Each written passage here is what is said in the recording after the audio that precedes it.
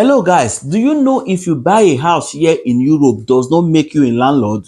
You are only a landlord technically and not practically, which I will explain to you. Now, if you bought a house here in Europe and you went to your bank to collect mortgage, to collect money to buy that house, let's say the house is 100,000 and the bank gave you that 100,000 to buy that house, and you begin to pay, let's say you've paid up to about 10,000, which happens to be 10%. In that instance, you become a landlord of the percentage that you have paid. So the more percentage you pay, so the more money you pay, the more your chances of becoming the full landlord also increase. So if you pay 20%, you are moving closer to become a landlord because you are not a landlord yet. You co-own that house with the bank. It is you and the bank that gave you that money that still owns that house. That is why if you now decide to sell that house today, you go to notario office where you are supposed to do the transfer to the person that is buying it for you.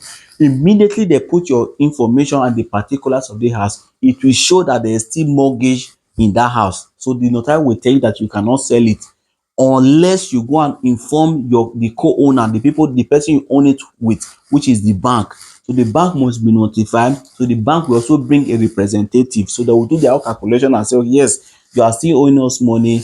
You are owing, let's say, 50,000 that is remaining to close for you to become the sole owner of the house. So the person that is buying it will now have to come with two checks. The person will not pay you the full money and now expect you to now pay bank the remaining balance. No, the person cannot pay you that money. Notary will not even allow it. So the person will prepare two checks, one for the bank for the remaining balance for the bank, the other one for you.